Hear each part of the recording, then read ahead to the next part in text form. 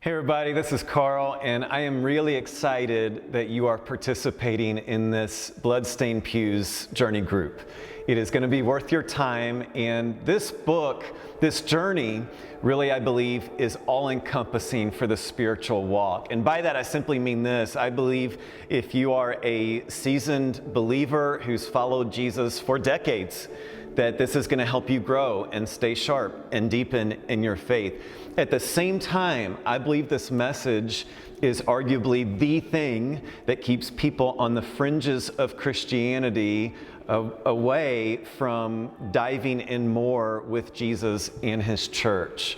And so by now, I assume you've either read or heard the story, right? It's D-Day. These two medics, these privates, not even trained as doctors, end up taking care of 80 soldiers on these 19 pews in this church in Angoville-au-Plain, France, this out-of-the-way town they weren't even supposed to be at.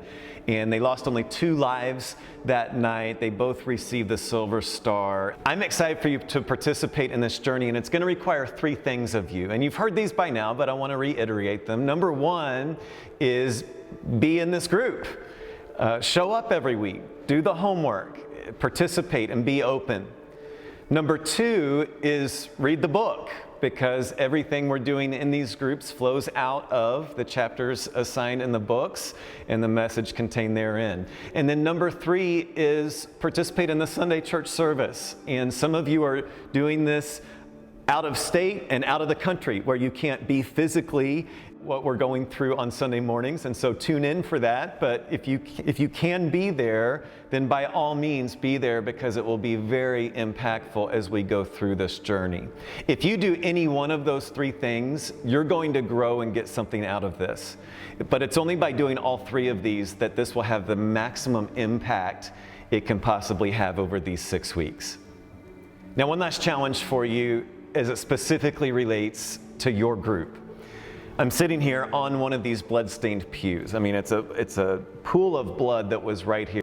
And we can assume the soldier didn't die because we know the most intense injuries were taken care of down at the altar area at the far end of the church. But either way, this guy bled, and it's a lot.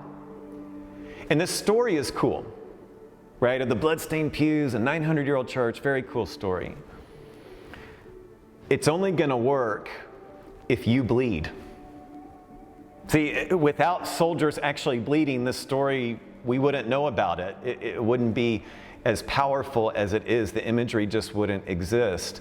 And the whole point of this group is to provide a place where you can take a risk and get outside your comfort zone and say, I'm going to share something I haven't shared before. But I believe on the other side of vulnerability in a gospel setting with grace and truth is healing and community. So that's my challenge. And it may not all happen week 1 or even week 2, but as we go through this journey, be willing to bleed. Because it's only when you are willing to bleed that you will be part of a church of bloodstained pews.